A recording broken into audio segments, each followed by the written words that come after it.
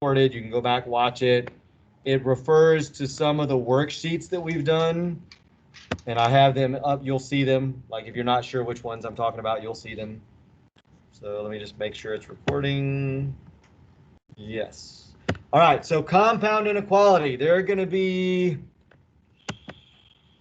at least 3 problems on there, but some of them may not require you to graph, so there might be like 5 or 6 actually on there. One will definitely be, this will be the hardest version, something like this. So if you felt okay with this, or if after I do it you feel okay with it, you'll be in pretty good shape on the, I think, on the compound inequalities.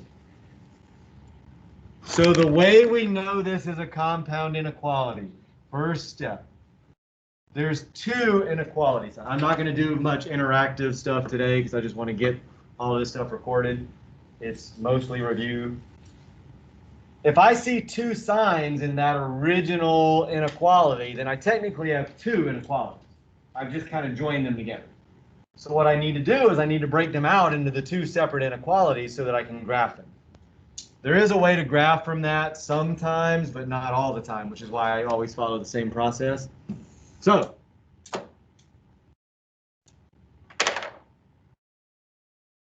step 1, I need to say, all right, my first inequality, I take the middle, and I'm going to move it over to the left. We always want to get the equation part or the variable, mainly the variable, on the left side. Again, this is all review. You should have this in your notes. It was step 1, step 2, and then step 3 was the middle part. Step 2, I'm sorry, not step 2. I need to now say, well, my 1's going to now go to the right. It's going to be on the right side. Only tricky part, I have to remember to flip this sign around when I put the sign in. Because in the original inequality, I was saying this middle section is greater than or equal to 1. Well, if I flip it around, the middle section better still be greater than or equal to 1, which is what I just did. All right, so next step. So that was step 1, if you have it in your notes from before. Step 2, again, we take the middle part, but now we just write the rest of the inequality. We don't have to do anything special on that because the variable's already on the left relative to the 7. It's already on the left of the 7. So we just write the same ending part. And then the last step is we need to figure out what word joins them. Well, it's always going to be and. If there's no word in the original problem, like this is just all numbers and symbols, there's no word, so it's just and. It can never be or. If you don't see a word, it's always and. Now, we need to graph it. So, for the graphing part, and that's, oh, I'm sorry, no, we don't graph it yet. We can't graph it yet. We don't have K. We're graphing the solution. K is the solution. In this particular problem, we don't have K all by itself yet. So we need to get, because sometimes if you remember, we just had a variable in there, not like a whole expression or an equation. That's when we could go ahead and graph it. We need to get K by itself first. So we need to solve this. So I'm going to solve it in 2 different colors, and then I'll graph in those colors. And the math is simple to the solving, so I'm just going to do it real fast. 2-step equation. I add 2 on both sides to get rid of the 2. Because I need to get rid of that so that I get K all by itself. All right, so that gives me a 3. I still have the 3K. So that's my next line. All right, this is my last step. Like I said, it's only 2 steps.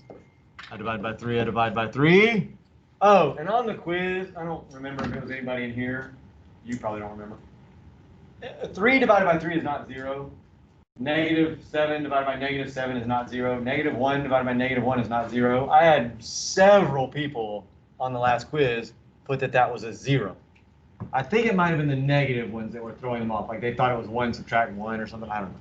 So anyway, it's not 0. Any number divided by itself is always 1. So that's K is greater than or equal to 1. So now I'm going to come over and solve the other one. Again, just a 2-step equation. Normally these compound inequalities, the math's not tough. It's actually the same exact steps. So first I add 2. Next I divide by 3, just like I did in the other side. did that again. Why do I keep doing that? Nobody wants to tell me I'm making mistakes. No. The line. Not even the line. Oh, the sign. I totally flipped the sign for no reason at all. I did that in one of the other classes. I don't know why. Yeah, you keep the sign the same. I don't know why I keep wanting to flip that sign. There. So now k is less than 3. 9 divided by 3 is 3. So I've now done my two inequalities. Just to kind of finish it off, I'll still bring the word down. It's still an and. So k needs to be greater than or equal to 1, and k needs to be less than 3. Now I just graph them both separately. I'm going to do them in the same colors that I solved them. So I'm going to do this one in green. So I put a circle on 1. I think to myself, do I need to fill that in? Well, it says that my solutions, my answers can be equal to 1 and greater than, but equal is the important part to fill the circle in. So yeah, if it's got that little line underneath it, I need to fill that in. So now all my answers need to be greater than 1. Well, greater than 1 goes this way. So there we go. Did that one. So now I need to graph the other one. I need to be less than, for this second one, it's less than 3. Well, there's no equal sign underneath that. So I don't need to fill that in. All my answers need to be less than 3, which would go back the other way. And there we go. I graphed that one. I'm not done for an and. For and only for and. You don't even have to worry about this if it says or in the middle, which I'll show you in a second. I need to think to myself, well, where is my final solution, though? That's not my final solution. That's basically saying every number that exists, if I said that was my final solution. Because I've graphed, at some point on this graph, I've shaded everything. I've shaded all of these numbers in blue. I've shaded all of these numbers in green. So I've shaded every number that exists on that graph. But that's not a correct answer because I can just test one number like 0 and it won't work. 0 is not greater than or equal to 1. Or I could test 5. 5 is greater than or equal to 1, but 5 is not less than 3. So 5 won't work. And I need it to be both of those two things. It needs to be greater than or equal to 1, and it needs to be less than 3. So it needs to be both of those. Well, both of those means you need to have both lines. That's why I say don't shade real dark. Just draw a thin line above the number line like I did in green. You do it in pencil, that's fine. But don't shade it in underneath. And then draw a thin line underneath the number line for the other inequality. And now you just look for the section of your graph where you have two lines. In my case, I have blue and green. You would just have a line above and a line below. Well, the only section I have that is right there.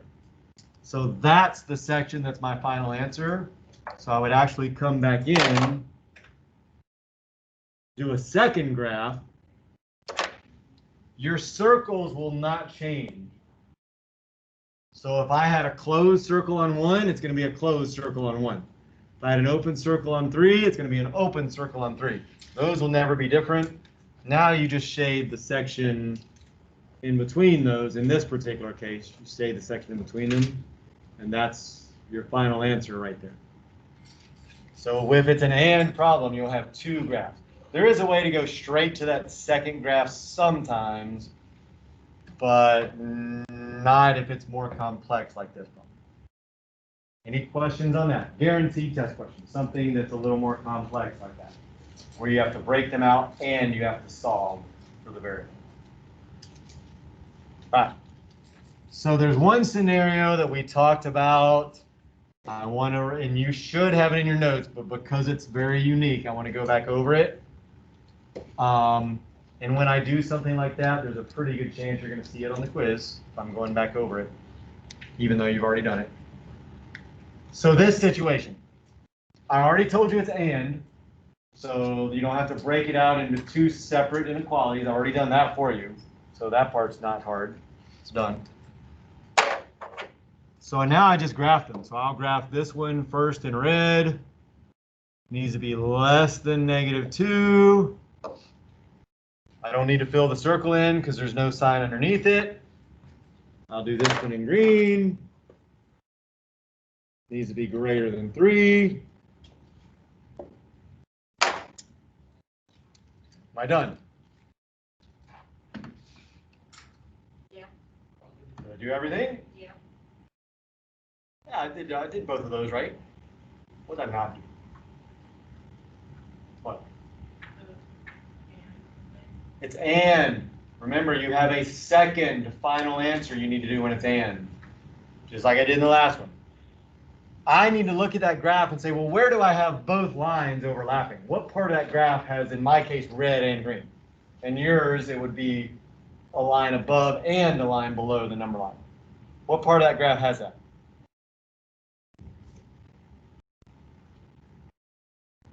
That one, right? There is no part of that graph that has red and green. We said that's a special situation. No solution. No solution. And if you think about it logically, that makes sense. Like, I'd like you to give me a number that is less than -2. So, you know, all of these numbers are less than -2 going on forever in that direction. You give me a number that's less than -2 and somehow it's also greater than 3. That's not possible. Like, there's no way to do that. Because if by definition, if it's less than -2, it's got to also be less than 3. Just the way the numbers work. I mean, you can see that on the number line. Any number down here has got to be less than this number because it's to the left of that number. So there is no solution for that.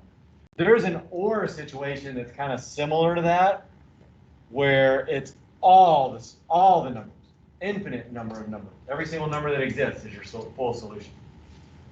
But this one I feel like is a little more common, a little more complex, so you may see something like that. Any questions on that? All right, so here's, oh wait, no, we got to go back to the other sheet. All right, so here was the sheet we did. We just kind of went over some of these, like a real super quick review. We said anytime you do not see a word, it's and. So you would break that out into 2 separate inequalities. All of these actually would be and. That would be and. Well, that is a lousy and. Okay. That would be and, that would be and, this would be and. Basically, anytime you don't see a word. Because if you look at the other problems, they tell you that's or. That's or. I mean, they have to tell you that. If it's a compound inequality and it's an or problem, they have to tell you that. There's no other way to write that with symbols. And you can write them like this, and it means that you have the word and joining them. So you probably will have something with an or in it. I'll set that up. Those are easy though. You just graph them both separately and you're done. You don't have to do a separate graph, so I'm not spending a whole lot of time on those. You can look at the old videos for that if you want when I did them. We did not do this 9 through 12, so I'm not going to put it on the quiz. We need to come back to it. So it's taking a graph and creating the inequality instead of taking the inequality and graphing it. You do need to know how to do that. I can tell you real quick, we've done enough of these where you should kind of know that must be an and statement. The only way you can have the middle section of the graph being shaded is if it's an and inequality. So both of these would be and. The other two would be or, because the only way you can have the entire graph is if it's or. And then the only way you can have a missing section like this is if it's or. So the 2 bottom ones are and, the 2 top ones are or. But I'm not going to put that on there for this one. You might see it like on the review we do for your midterm. We might do something like that. And you will have a midterm. We're not going to do any word problems like that, but these word problems, you will have something on there that's a little simpler. So in the first one, we just said, well, give me all of the numbers that are less than 3. I'm sorry, less than -3. Or they could be greater than 5. I'm sorry, greater than or equal to 5. I don't know that I'll even make you graph that. I don't think I will. I think you're just going to have to write it out and show me in symbols and numbers what the word problem means. And then the bottom one where it says the time a cake must bake, that was where we said, okay, well, we're baking it and it needs to cook for at least, oh no, I'm sorry, this one said between. My example said at least. So, and I'll tell you about that one in a second. So between 25 and 30 means your cooking time needs to be between 25 and 30. And we said X represented your cooking time. So X had to be greater than or equal to 25, but less than or equal to 30. And I did an example where I cooked fish and I used different words, but it meant the same thing. I had to cook it for at least 12 minutes, but no longer than 18 minutes. And it was the same concept, just different numbers, obviously, on the end. The only tricky part was you need to decide, is this equal sign part going to be in there or not? And that's just based on whether or not you think that cooking it for 25 minutes is okay, or does it have to be over 25 minutes? In the same way with 30. Is cooking it for exactly 30 okay, or does it have to be under 30? Any questions on those? All right. And I have 4 videos already up that go through all of this stuff. Yeah. So again, I haven't historically recorded every class session, but apparently since the last quiz, I pretty much have. So the 21st, the 23rd, the 28th, and the 30th cover everything we've pretty much done for the last quiz, and then including today. So if you really are not, and it tells you what each day was about. So this says linear equations. This says this is compound inequalities bell work is what BW means. And then we started in linear inequalities, introduction to compound inequalities, again, compound inequalities. So this actually looks like it might be the same material there, 21st and the 23rd. So maybe I am missing a day. There looks like there might be a day. Oh no, we were off a day. We had the 26th off. So, and then I'll add today in. I should be able to add today in right after class. So everything will be available if you, especially for those of you that missed any classes. All right, so next worksheet that we did was this worksheet. So this is the one that you actually haven't turned in yet. It's not due today, even though I gave it to you on Friday. Yeah, Friday for you guys. So if you didn't get it, there's a copy still up here, so you guys can grab it. Not right now. Not right now. I'm going to go over some of them. Well, actually, I do want you to have it while we're doing it. Although I'm going to do different problems. Not to use it. It's just the back sheet. You don't have to do the front sheet. So what we did is we took an equation and we graphed it. Then we took a line that was already graphed and we created the equation. So I'm going to go through a lot of these because we went pretty fast. I recorded it and it's up. That's the October 30th one. But I'm going to go back and do more examples today. Before we do that, though, I got to go over this one that apparently wasn't clear. And I didn't discover that until last period. Guaranteed multiple quiz questions on this. Multiple quiz questions. If I give you an equation, there's all different ways I'm going to do this, so it's not just one way. But basically, you need to be able to determine if a coordinate, if a point, which is like an x and a y value, like this. You need to be able to determine, is that point on the line that would be created by that equation? There are multiple ways to do it, but I would say there, and then you also, I might say, I want you to give me a point that is on this line that will be created by this equation. So I'm going to ask it both ways on the quiz. All it means, because remember, a line is just a bunch of individual coordinates that follow a pattern. That pattern is the equation. If a coordinate is on the line, then it makes the equation true.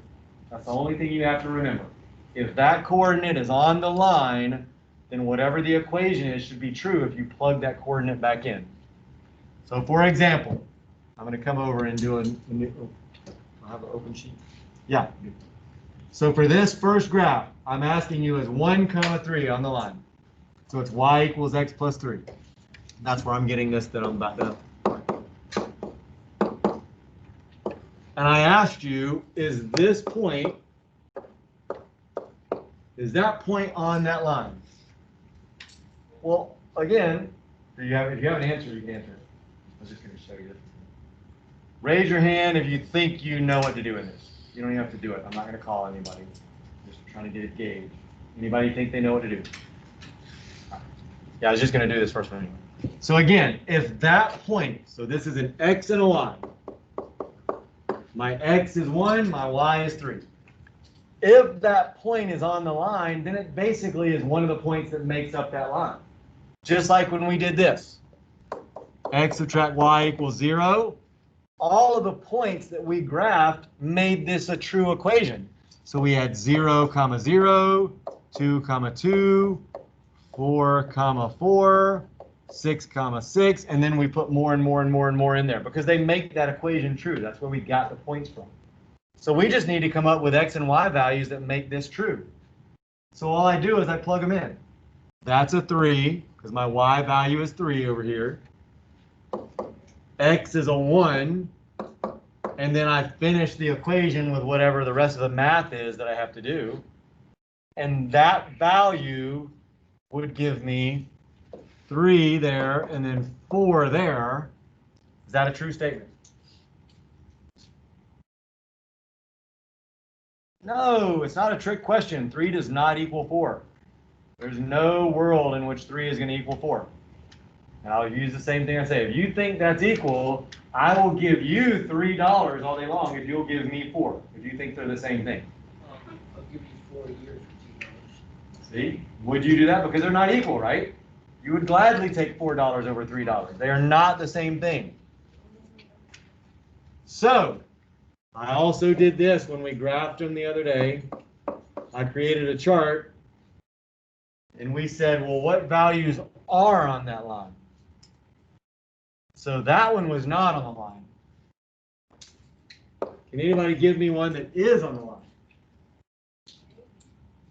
Well, you need to give me an x and a y because a coordinate is made up of an x and a y. And this will be one of the types of questions you have to do. Give me a coordinate, an x and a y that would be on that line. 4 and 4. So we think 4 and 4. So we would say, okay, so, so by the way, I think I mentioned this in this class, maybe not. If you've done science experiments where they talk about dependent and independent variables, that's kind of what we're doing right here. X is your independent variable. Independent means you pick it. It can be whatever you want. It's independent. It doesn't. Nothing else in the world matters. You get to pick X. So I picked 4. Somebody just said 4 and 4, I think. So we're testing 4 and 4. The next one, we're actually here. I'll do it in a different time. So we're testing 4, 4 to see if it is on the line. I can pick X of 4, but I need to find out what is the Y value going to be. Is it going to be 4 or is it going to be something else? Well, that's how I test it. The Y value is my dependent variable. Y depends on all of this stuff right here. Y depends on all the math. I can pick whatever I want for the X, but the Y is going to come from whatever I do here mathematically. Well, what I'm going to do mathematically is I'm going to plug in X. So we said X was 4. We're testing X of 4. Plug in 4. And Y depends on the math, which in this case is 4 plus 3. So Y equals 7. So did this point work? Did we come up with 7 for our Y? I'm sorry, with 4 for our Y.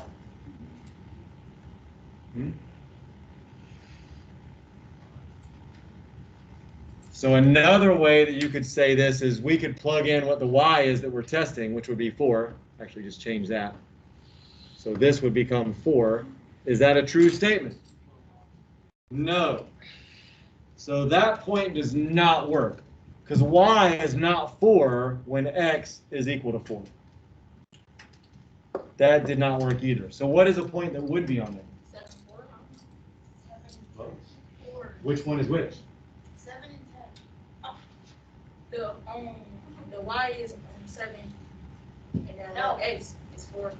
X is 7. We just solved that out, didn't we? Didn't we just say when x is 4, y is going to be 7? We just did the math. And we just said, before I changed it to 4, we just said when x is 4, y is going to equal 7. And yeah, that's a point on there. You're right. So that's a point on there. And then give me yours again, Frankie. 7. So Frankie is saying, what about 7 and 10? We'll test 7 out. And we should get 10 if that point is on there. So now we're testing out, I'll just write down here. 7 and 10.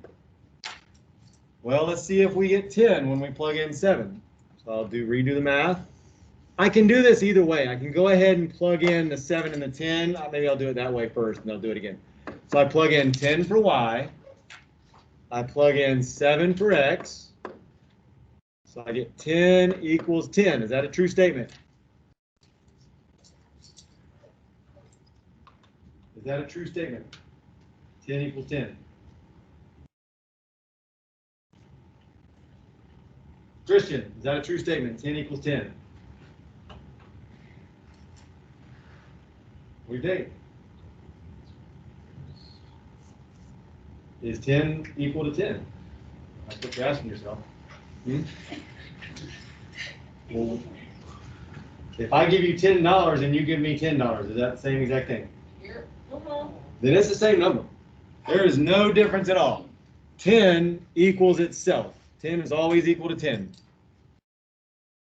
So we got that. That's a true statement. So this is an answer. Or we could have done it the other way, and we could have just solved out. This is the way you would do it, by the way. If I ask you to come up with a value for me, not just yet. If I ask you, instead of testing a point, and if I say, I want you to give me a point, you create your own point. All right, all you got to do is pick an independent variable, which is the x, and then solve for what y would be.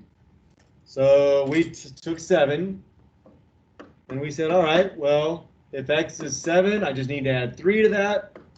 Y would equal 10. So there's a point that would be on it. Give me another one. Fast. Let me just be able to come up with one super fast. What's another point on it? Somebody said 6 and 3. 6 and then 3 like that. What's wrong with that? If you'll notice, there's going to be a pattern that forms over here. Yeah. Because all we're doing is every time we're taking an x value, we're just adding 3 to it to make the y. So this y value should always be 3 higher than the x. So you had the right numbers. 8. You just got to make sure you flip them, and your x would be 3 and your y would be 6. I could now come up with an unlimited number of x's because I see the pattern. I don't even have to do any math. I can just tell you right now, 1 and 4 is 1, 2 and 5 is 1, 0 and 3 is 1. I'm just adding 3 every time. Every time I pick an x, I'm just adding 3 to it to get to that other number on the right.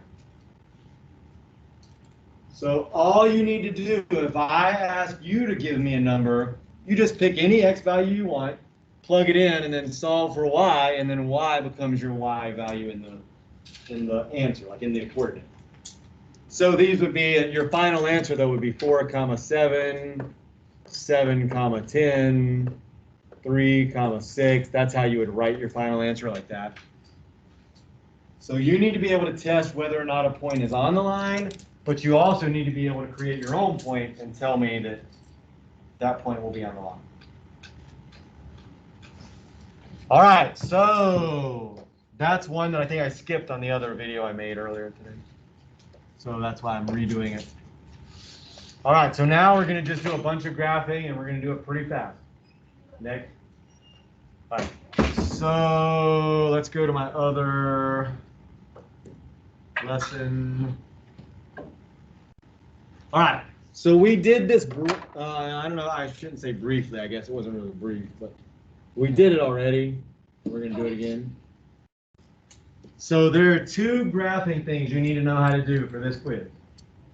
You need to know how to take an equation like this and create the line that is formed from this equation. There's actually multiple ways to do that. I'm going to show you the way I think is fastest, but if you have a way you think is faster, that's fine. And then you need to be able to take a line that they give you, and you need to tell me what is the equation for that line. So the steps for these two particular things are these. You haven't gotten, I don't remember if this was ready for your class or not. Did I have that printed out? All right, you all need to come grab that then. Do that real quick. Everything I'm about to do is in those two sheets, and you can use that on the quiz. That's fine.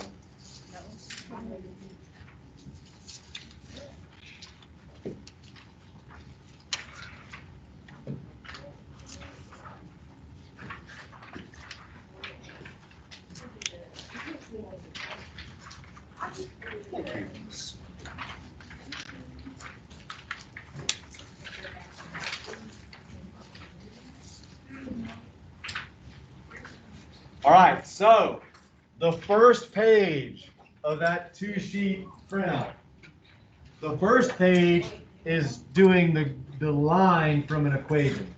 The second page is doing the equation from the line. So I'm not going to go line by line on that sheet, but it follows pretty closely with it. The sheet actually has more detail.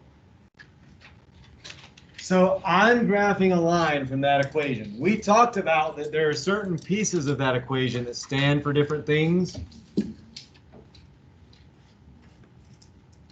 That was the original like slope-intercept form equation. And we talked about the fact that, well, in that slope-intercept form, there are two things that will help us know what the line is like. The M and the B. The B was the y-intercept. That is where the line that I'm about to graph, that I'm about to create, that's where the line will cross over this y-axis. The y-axis is the up and down axis. So whatever line I create, I know already it's going to cross through this axis at that number right there, which is the B value. So that's the y-intercept.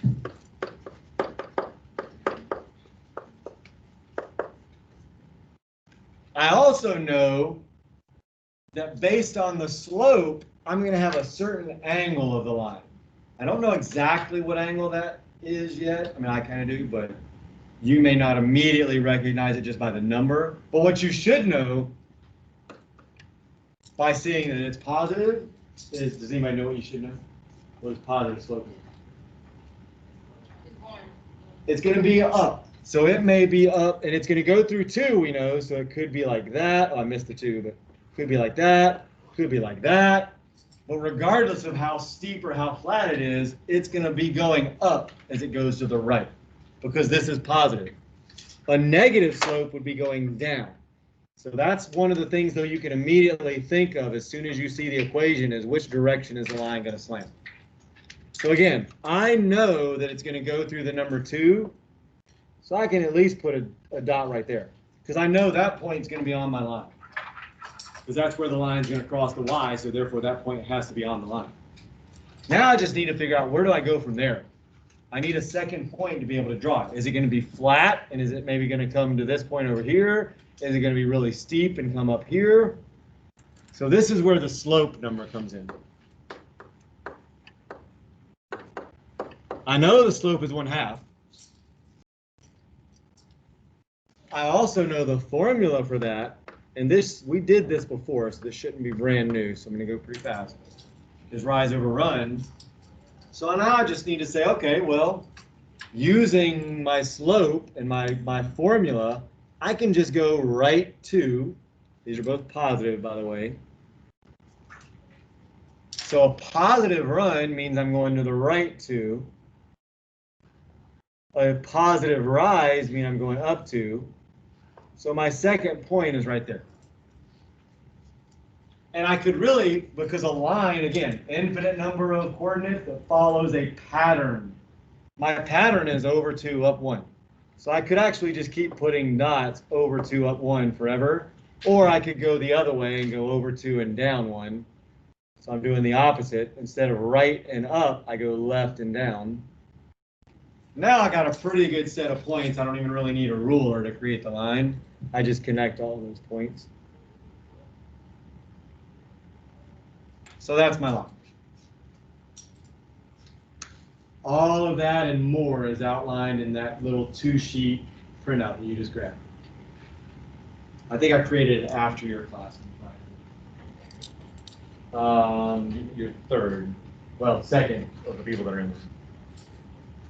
So I'm going to do several more of those, and I'm just going to do them real fast. There are a few things I need to point out when I do them, but I'm not going to pause or ask questions or anything in between them because they'll be on the recording.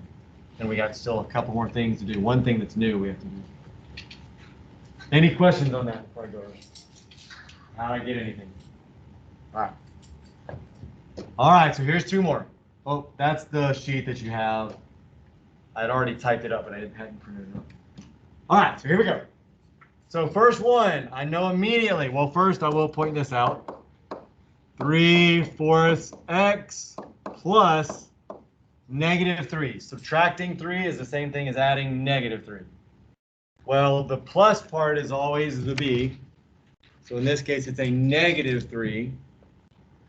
So I start at the -3. That's where my first point goes. Real quick, I want to point this out since I haven't mentioned it. The slope never includes the x variable. I've said that I don't know how many times in every class, and yet whenever I ask what the slope is in every class, at least one person, if not multiple people have said, oh, it's 3/4 x. They said that's the slope. The slope has nothing to do with the x. It's just the number in front of the x. That is the slope. 3/4 is the slope. Please don't get that wrong on the quiz. Please, please, please. Because that's going to be big points that I take off if you don't know that. You're actually after, I think, Zakir or Shayla? I can't remember that. Zakir. So I start there. Now I just do the whole slope thing again. So my slope is 3/4. Again, right next to it, I write rise over run. So I just need to do, and they're both positive, so that's going to be right and up. So I go over 4, and when you go over 4, do not count 1 right here. You haven't gone anywhere yet. It's how far you've traveled. 1, 2, 3, 4, 1, 2, 3. That's my point. Now I can just connect those. I could follow the same thing and do the opposite. 1, 2, 3, 4, 1, 2, 3. And if you'll notice, those line up exactly if I do the exact opposite things. There's my line. When I grade these, I typically have like 5 or 6 specific things I'm looking for, and you just get a check for each one, and that's what makes up your grade. So one of them, did you put it through the correct y-intercept? Sometimes you don't have all 5 things available, so you just gotta get lucky and you get a check. The second thing is sometimes did you create the correct slope, which I'll show you in a second. This one you don't have that, so you just kind of get that. So the next thing is, did you do the correct rise and run? Like, did you put rise on the top and then run on the bottom when you did it? And then did you correctly put the second point on the graph? So like I said, there's 4 or 5 things depending on the problem, and obviously the more checks you get, the more points you get as far as partial credit goes. So it's not all or nothing is what I'm kind of pointing out. All right, so next problem, same thing, y-intercept. So I just start there. Hopefully everybody gets that check. All you do is you put a dot on the number that's there and make sure it's either positive or negative depending on whatever the sign is. This one's positive. So now I write slope. -3, slope equals -3. All right, rise over run. What's the problem there, though?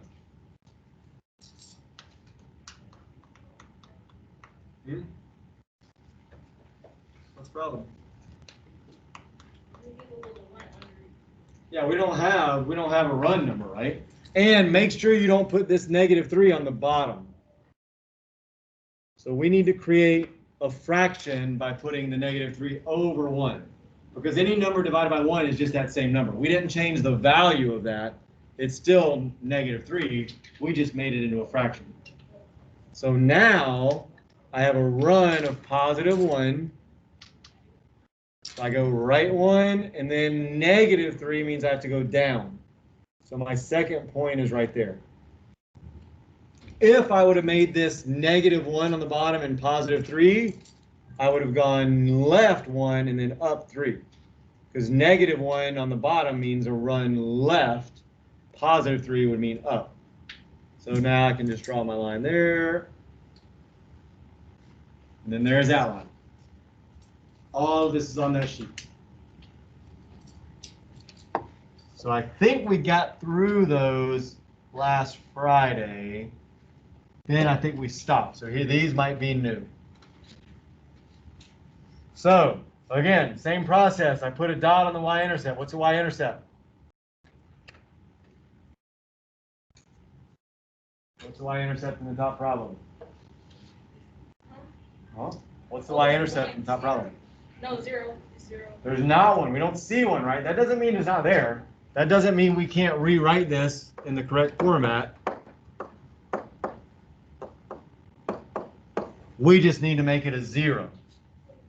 So our y-intercept on this one is going to be where y is 0, which is right at the origin.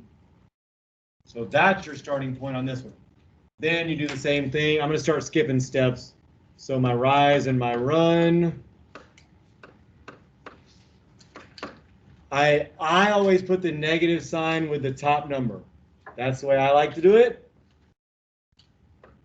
I think it's cleaner because that way if you have an integer, like a -3 like we just had, the negative sign is already going to be with the number. Now I just need to go over 3, +3 is to the right, and then down 2. And again, I should have looked at the slope immediately and said, wait, I see that I have a negative slope, so my line better be slanting down from left to right. And now my line will be slanting down from left to right, so that makes sense. So I'd have another point there, have another point there. So now I just draw a line through all of those. So the tricky or sort of tricky part was you just need to remember that if you don't have a y-intercept, it's 0.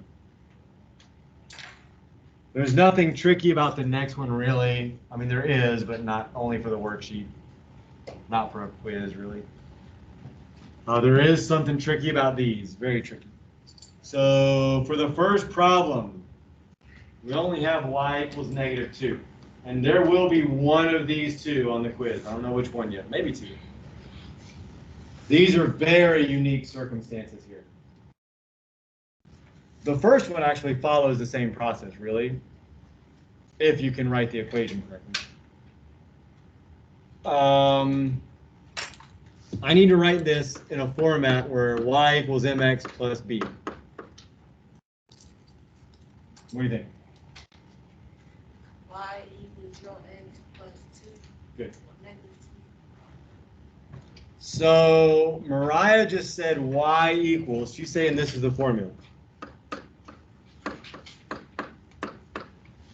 Okay. Yeah, I can ask questions. Who am I going to? Anaya. I'm asking Naya, or newbie. Relatively new. Relatively new. Christian's pretty new.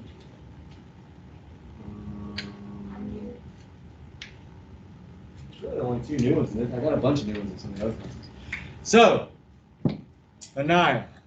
Mariah just said this is the new formula. Like if we were to write it in that format. And we don't have this little 0x part up there. Can you tell me why she said that? Can you tell me what she's doing?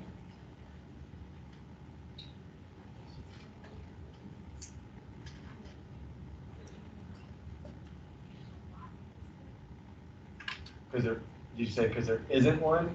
I couldn't hear you from that. You're actually right with the first part, I think, when you said, if this is what you said, I couldn't actually hear you. If you said because there isn't a slope, you're kind of right. There is a slope, but there's no term with an x. Like this term is not in the original problem.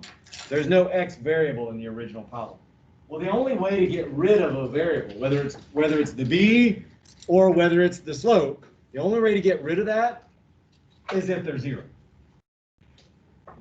So if they're 0, then this would actually be 0 times x, no matter what x is, that's all going to go to 0.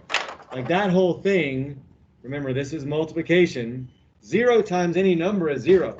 So no matter what x is, that's going to go away, which just kind of gives us the original equation of y equals -2.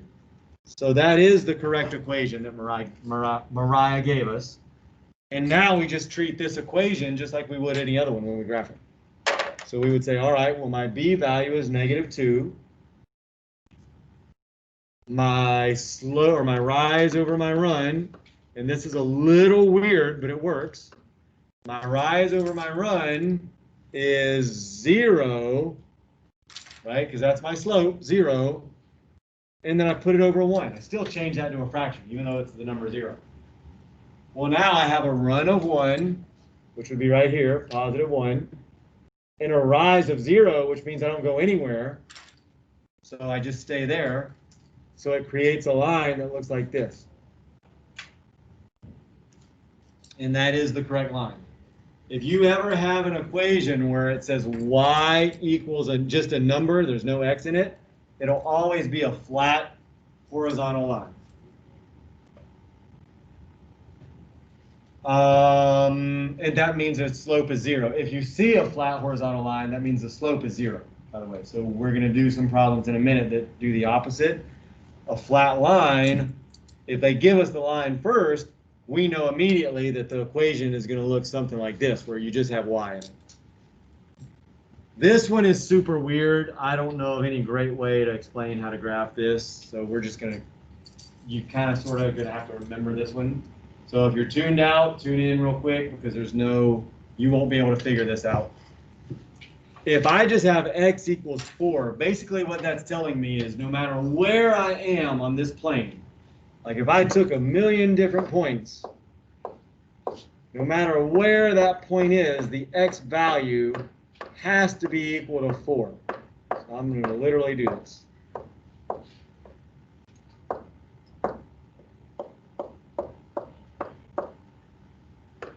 All right, so I got a ton of different values there, right?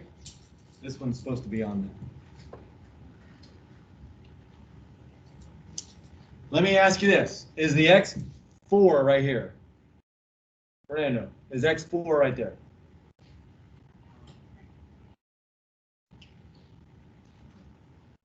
No, this is the x-axis. That's not 4, it's -4, but it's not 4. Actually, I think I pointed at that one, so that's actually -5. Shayla, is the x4 here? +4. Isn't it? But that's not, is that 4? That is not, a number cannot equal another number. It can only equal itself. So no, that's not 4. Is x4 here? Christian? No, it's -4. Is x4 here? Frankie? Wake up. Is x4 here? Is the variable, or is the coordinate for x 4 right here? No, it's -1. Well, it's -1 here. It's -1. Where are the only ones where x is 4? There's 3 of them. Sort of. Almost 4, depending on what you know. X is 4 here. X is 4 here. X is 4 here. The line to graph x equals 4 is everywhere on the graph where x equals 4, which will just wind up being a vertical line. And if you'll think about it, we don't have a y-intercept because there's not even a y in the equation. Like, we don't even have y in the equation, so we can't have a y-intercept. And we don't have a y-intercept here because this line is running parallel to the y-axis, so they will never meet. So it kind of makes sense that that would be the case given the equation. So you just kind of have to remember, if you get a graph and the graph is x equals some number, that's just a vertical line. There's probably a better way to explain that using the whole slope-intercept thing. I don't know of it. It's certainly not intuitive if there's a way to explain it. So if you have any equation, x equals some number, you just draw a vertical line through the x-axis wherever that number is, just like we did for 4. So if it was x equals -2, we would draw a vertical line through -2. All the other ones follow the slope-intercept process that's on your sheet.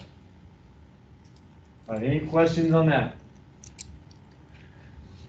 All right, I know this is boring, but this is the way I get through a lot of material the day before a quiz. So, all right, so here's the next thing we have to do, or you will have to do.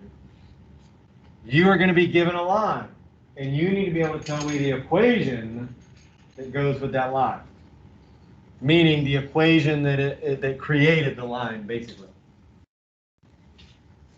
Well, it's kind of the same step. Oh, this is page 2 on your sheet. So if you look at the second page, that's what the second page is. So that page right there is how to create the equation when you are given a line. And it was problem 4, 5, and 6 on the worksheet that was the 2-1. It was the second page, problem 4, 5, and 6 on this. So if you want to practice this, you have some examples you can practice.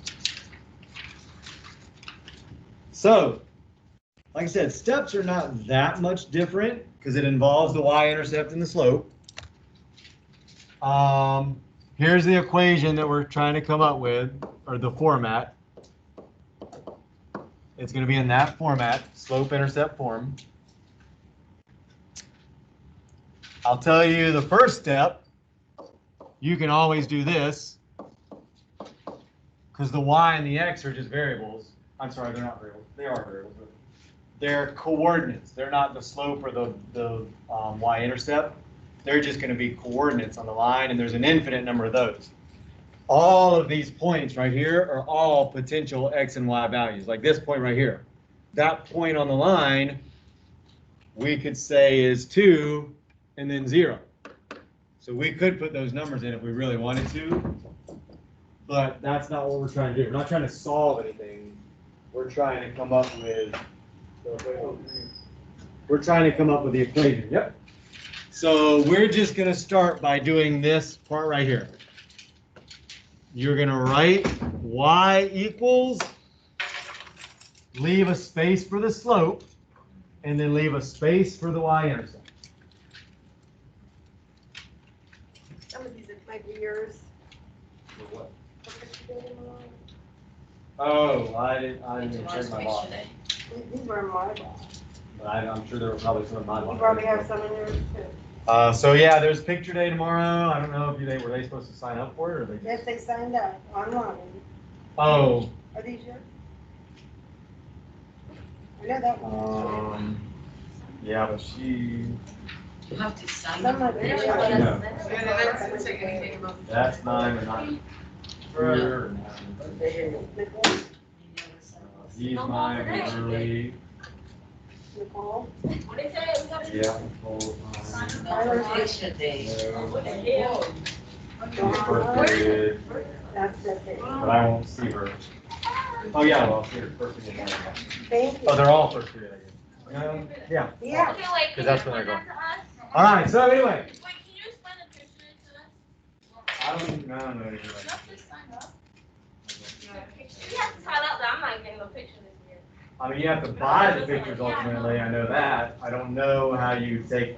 You can always take. Trust me, you'll be able to take the pictures because somebody makes money off of it, and they'll make it. Sure. They'll make time for you to take them somehow. So if you express enough interest, I'm sure you will be able to take your pictures. Again, I would They also do. I would come dressed to take a picture tomorrow because it might be tomorrow. They might be doing just a few at a time. Yeah, I don't know what the process is. If you don't sign up, how are you taking a picture? We got to get through this and then we'll worry about that. This is not about picture day right now. This class is not about. You have a quiz. You fail your quiz, you're gonna be in worse shape than not taking your pictures. So. That's right. All right. So I can write this as my starting equation that will never change. You can always do that. You'll get some points just for doing that. And it's going to be the same for everyone, so you can do it every single time. And it says that on the sheet. Now, I need to figure out, well, what are my two values for the slope and for the y-intercept? What's the definition of the y-intercept? Nicole, what's the definition of the y-intercept?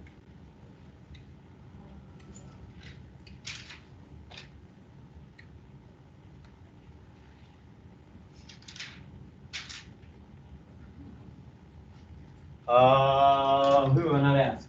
Jasmine, what's the definition of y-intercept?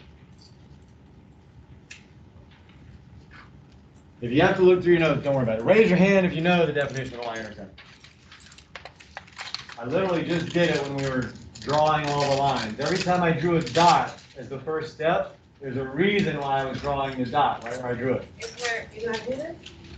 What's the It's y-intercept? where, that's a good start. What's the y-intercept? It's where something happens. Something really important happens when you're doing graphing. Did you say What's the something? y-intercept? What is it? The y-intercept is the point where the line that I'm graphing, or that I already have graphed in this point, it's where that line crosses the y-axis. Should never forget that. Like, What is it? you did that, you should have done that a ton in 8th grade. No. But the y-intercept is this point right here. Whenever you see a line and it goes through that y-axis, which is the up and down, that is the y-intercept, wherever they cross. You need to know that for algebra, for state tests, my test, everything. That's like one super, super easy thing to get points with. Because a lot of times it's not math really, it's just visual. So in this particular case, that's my y-intercept. I know where that is already. I already know what the number is. I can fill in part of my equation. It happens at -4. So there's part of my equation right there, just from seeing visually where the line crosses over the y-axis. Now I've got to figure out, well, what is my slope? What's the last part of my equation? One thing I know about the slope already is what? What do I already know about it? Before I even think about what the actual numbers are. It's what? It's positive, right? It goes up from left to right. So I know it's going to be a positive number. So if I don't get a positive number somehow, I know I need to check my math.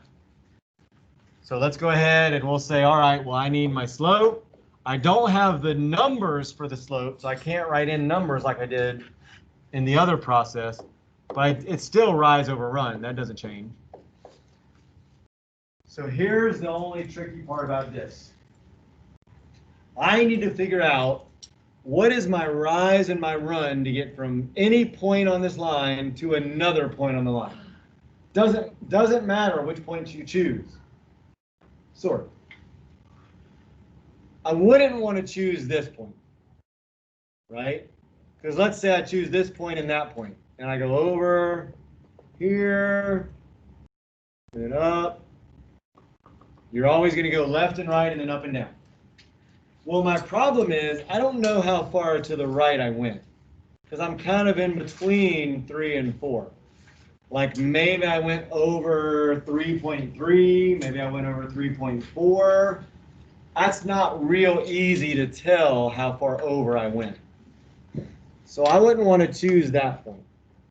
I would, however, want to choose any point that runs through the corners of squares, because those are where I'm going to go an exact distance, like an integer distance. So for example, this point would work.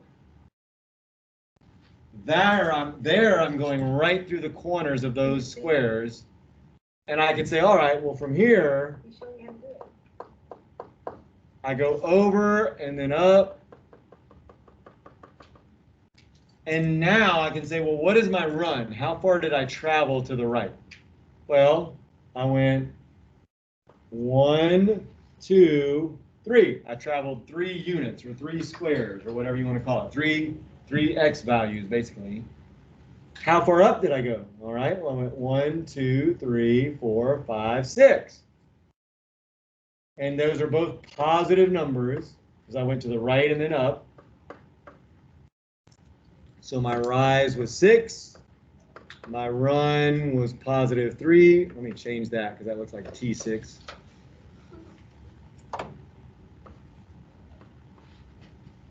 It's hard to write a tiny little symbol with this. So that's my slope. I can convert that to a number because 6 divided by 3 is just 2. And there's my equation. So rising minus 6. So there's another way to do this, and we're gonna we'll do it at the end of the class. We'll do it at the end. So that's the process. I'm gonna do 2 of these real quick and then show you the weird examples again, like I did in the other one. So you have, this is the second page, you already have that printout. Oh, for you online guys, I think that's available for you, or no, you should have taken a picture of it already. Boy, I have to check. If you don't have that, send me a message if you're online. I think I made it available online, but I get some of my online groups confused, I'm not gonna lie. So, first step, you can just write this. Leave some room for the slope and for the b, for the y-intercept. My y-intercept is easy to find. It's simply wherever my line crosses the y-axis. In this case, that's just the number 1. So I write the number 1 down right here. And then I say, okay, well, I just need to figure out what the slope number is. So my slope, oh, I shouldn't even write this anymore. So my slope is rise over run. I need to pick another point.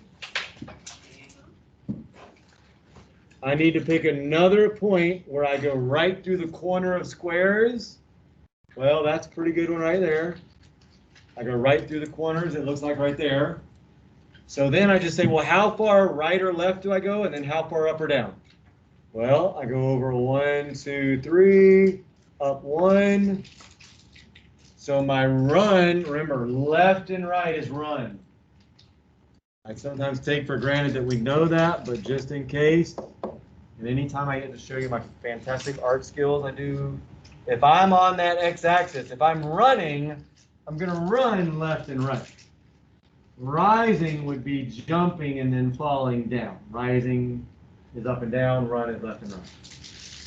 So if I'm coming back in to put my run number in, I need to see which number is my left and right number. Well, that's the 3. Which number is my up and down number? That's the 1. So that's my slope. So it's just 1/3.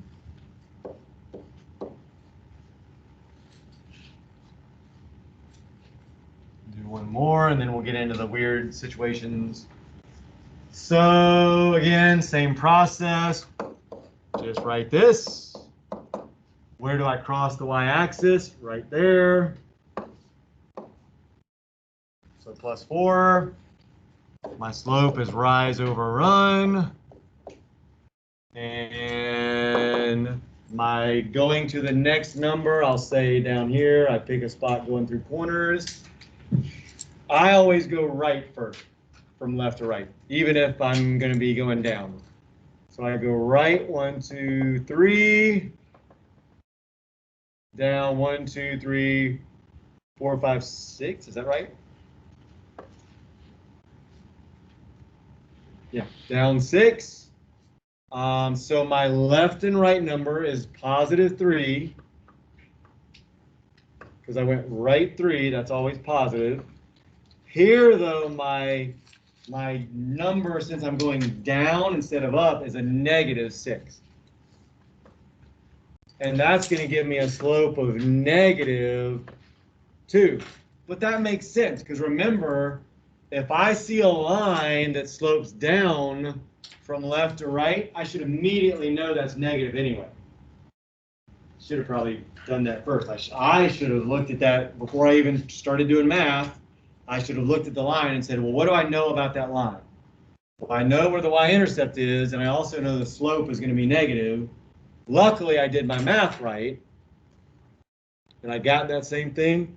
You can also do it at the end, like after you do your math, match up the slope and make sure that if you got a negative slope here, make sure the line is sloping down from left to right. As long as you match them up at the beginning or the end, it's fine. Just make sure you match them up. Any questions so far? I know I'm going fast, but I'll try to get through as many problems as I can on a review day, and you can always go back and watch the videos. There's nothing weird about those, so I'm not even going. Oh, actually, there is a little something weird about this. So here, write it down. First step is write that. Now, what is my y-intercept? This is not really that bad. It's easier when you're graphing it from a line. This line goes through at 0. So you could write in 0. I'm fine with that. It's still technically correct. You don't need it, but it's still technically correct. So now we do rise, run, same process for this. So if that's my 1 mark, I could go to this point right here. So I go right 2 and then down 3. So going to the right 2 is positive 2. Down 3 is negative 3. So my run number, I always come back and check and just make sure I did it correctly, like I put the numbers in the correct spot. So I went right 2, so positive 2 is my run. Up and down number, which is my rise. Well, I went down, so it's negative 3. So yeah, I look good. And that would just be negative 3 halves is my slope. All right, so here are the unique situations. We kind of already went over them in the other process. All right. So we have these two weird graphs. A straight horizontal line. Well, we just did the opposite of this before, and we graphed a line that became horizontal. So you might remember how we did it, but let's say you don't remember it, and you get this. Well, it's the same process for a horizontal line. This will still work. Write that down. Where does my line cross the y-axis? Well, it crosses right there. So that's a 5. I need to do the slope. So rise over run.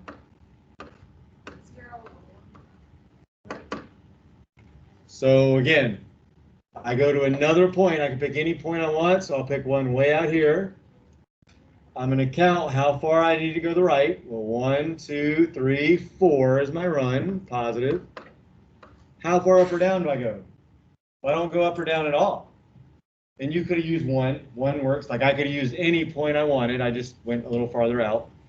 Well, I don't go up or down at all, so my rise is 0. The only sort of tricky part, but it still follows the same steps that we just used. So 0 divided by 4 is 0. So my slope is 0. Now, your best version of that is going to be to take all of this out, because again, 0 times x is just 0. So that would really be your answer, y equals 5. If you wrote y equals 0x plus 5, I would not take points off for that. I'd like you to understand what the correct version is, or the best version is, but technically that's still right. So that one follows the process, but again, this one doesn't. Can't really use the process for this one. So this is that situation where we say, well, what does this mean? Like what? There's no y. Like if I try to say y equals something x plus something, well, there's not a y. Like y is a whole bunch of different values. There's no y-intercept. Like I'm not hitting this. I can't put any number out here because I'm not hitting this. If I try to solve for the slope and I do rise over run, if I say, well, wait a minute, I'll just do the slope first since I can't figure out where my y-intercept is. So I take a point. Again, I don't really have a y-intercept to give a starting point, but I just go between 2 points. Well, how far left and right do I go? Well, I don't go anywhere, so that's a 0. How far up or down? 4. Well, mathematically, that's not possible. You can't divide anything by 0. It's called an undefined number. Mark has to be Thursday or Monday. Thursday, 2 days, next class. So you're actually ahead of the other classes now because of the PSAT testing. So this is an undefined number. You can't do that mathematically. Like if you put that into a calculator, you get an error. So we don't have a slope. We don't have a y-intercept.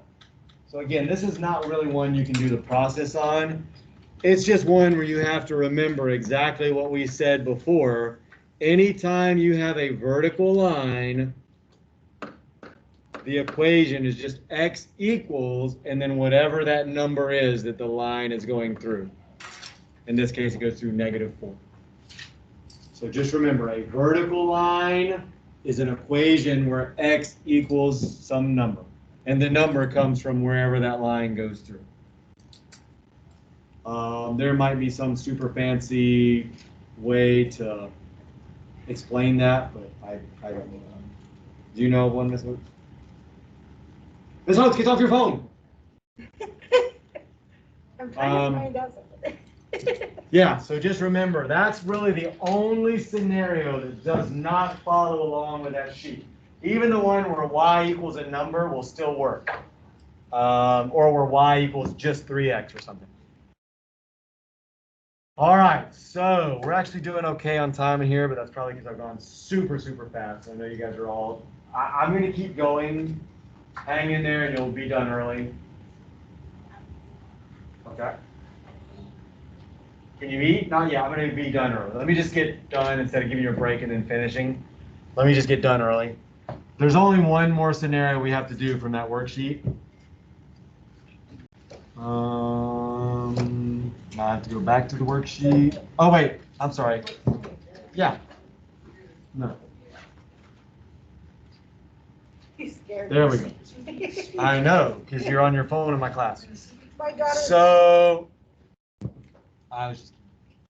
so here's what we have not covered. And I might still do a word problem, but it'll be similar to what we've already done in the past with word problems. Or we might just wait and do a quiz that's just word problems again. We haven't done something like this.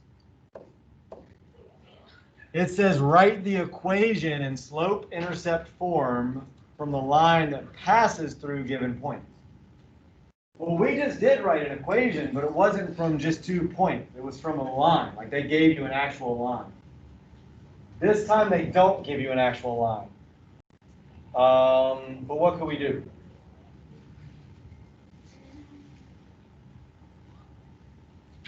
What could we do if you don't have a line to graph it from? Yeah, make one. Yeah, make it.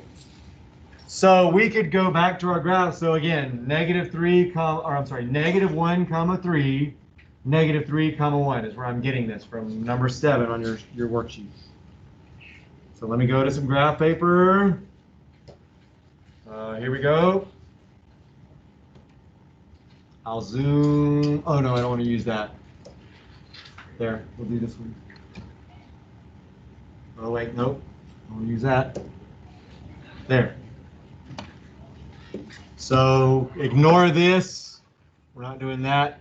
So they gave you this point. Or these 2 points, I should say. And they said, I want the equation that goes through those 2 points. Well, we didn't have a graph, but we can make a graph. That's fine. It's not always super easy, but it doesn't have to be perfect. So -1, comma 3, and then -3, comma 1 is there. So I just plotted both of those 2 points. I went left and right first, remember? Then you go up and down, just like I went to the elevators and then I went to the up or down in my apartment that I never really lived in. It was make-believe. So now I could graph that line and say, all right, well, that line goes just like that. Try to be very careful when you draw the line. I'll show you why in a second. Actually, I'll show you why right now. Let's redo that.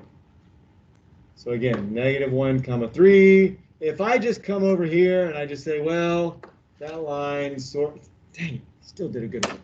Couldn't even mess up good. I can't even mess up when I try to mess up. Look at that, Miss Hoots. There, I do some messed up line. It's not straight or anything. Didn't really draw through the line so well. So it's, again, I'm creating the equation. I can still do this. Still start with that step when I create the equation. Problem is, I need my y-intercept, and my y-intercept is like looking like it's like 3.5 or something like that. And you would take your best guess. There is a way to actually figure out what number it is, but we're not going to worry about that. Not before your next test, at least. We might do a review like before the midterm. Let's do a better job of drawing that line. So -1 and 3. I'm going to do a really, really good job and actually use a tool to draw it.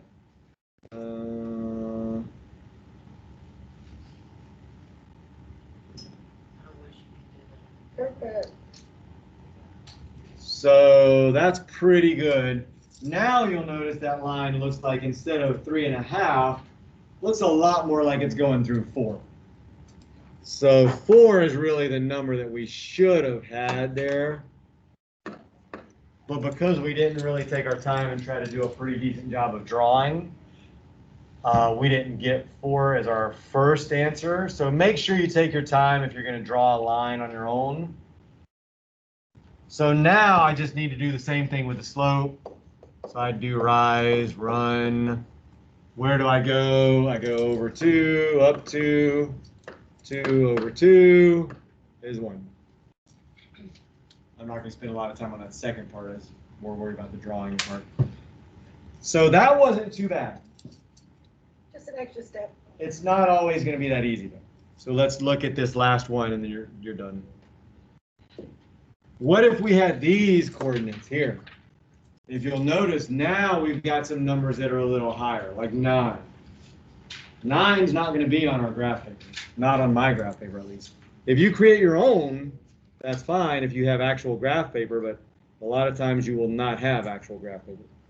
So 9, 2, -3, -2. So we'll just use that same graph over again. So we had 9 and 2 as our first point, -3 and -2 as our second point. I'll get rid of what we did there. All right, so now if we go to draw this, 9, 2. I got a little issue there. I don't have a 9. And frankly, I don't really have room to fit a 9 in. Like, it's pretty close. I'm going to do my best, and I'm going to say, well, maybe 9 is, maybe I do have room. So we'll say 9 is about here. And then 2 would be up there. So that's where, there we go. So I can barely put that point on the paper. You might run out of room. Again, you just have to kind of do your best. That's all you can do. There is another way to learn it with all math, but we're not going to get to that before your next quiz. And frankly, it's pretty complex, so it takes a while anyway for people to truly get it. So now I can plot -3, -2. Be very careful. If you have points that far away, you probably need to use a ruler or some kind of a straight edge. You can use the edge of a calculator. You can use another pencil. I'm going to use my magical ruler and my smartboard. So now if you do a really good job of that, you can see that the y-intercept does come out to be a pretty nice round integer, +1. That won't always happen. If it doesn't come out to be, then you just got to do your best and take your best estimate. So -1. -1 is the number it goes through.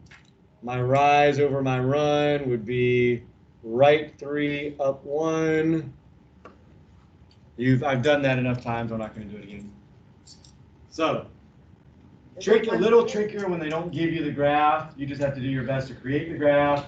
We'll learn maybe down the road the way that you actually do that without creating the graph. Isn't it 1/3? I'm sorry, 1/3, yep. See, that's why I shouldn't take shortcuts. I just always do it rise and run, but it's better to do it this way first. I've just shown them that so many times and they're all falling asleep out there. But I should have known it's not 3 because it's such a flat line. can't be 3 anyway. 3 would No. be way more straight up and down. Yeah. So we'll go ahead and stop there. You guys can nap for the rest or be on your phones. This is all recorded, but you do have a big quiz on Thursday. So That was the longest. go back. today. And the funny thing is you actually got done early. So it wasn't that. But it went fast. It was like the day went fast, but was That's the only way I can go through a lot of problems fast. If I make it interactive, I just don't get through very much before the test. And I want you to see all the different problems before the test. I actually like that better than doing problems. So we will maybe do bell work, or maybe the bell work will be some kind of a quick review. But that's about all we'll do on Thursday, and then you'll go straight into the test. It's going to be a long test. Because there's going to be a lot. I mean, we didn't even cover everything that's going to be on it. There's going to be some stuff we didn't cover. Pardon me? Somebody said something about, did you understand? Was that you? Somebody just, something about, do you understand what I just said? I wanted to change the IEP meeting to 1:30 because of the voting. But the mom wants me to call it 2, that's why I was on. I don't need to be in it. No, It's it's not one of yours. But also my daughter's pregnant. She's getting her test results today, and so my daughters. Boy or my daughters girl? are- Yeah, but boy or girl. So my daughters are texting back and forth to each other, and I hear a ding, and I'm like, I gotta look. That's funny. My oldest daughter, Let's get rid of all that. Oh, yeah, we go on more costume, right by High Point. Oh, I'm gonna stop the quiz. All right, so you guys online, you will take the quiz on Thursday as well. I'm gonna try to have somebody in here so that I can ask you some verbal questions though, just like usual. So most of your grade will come from those verbal questions.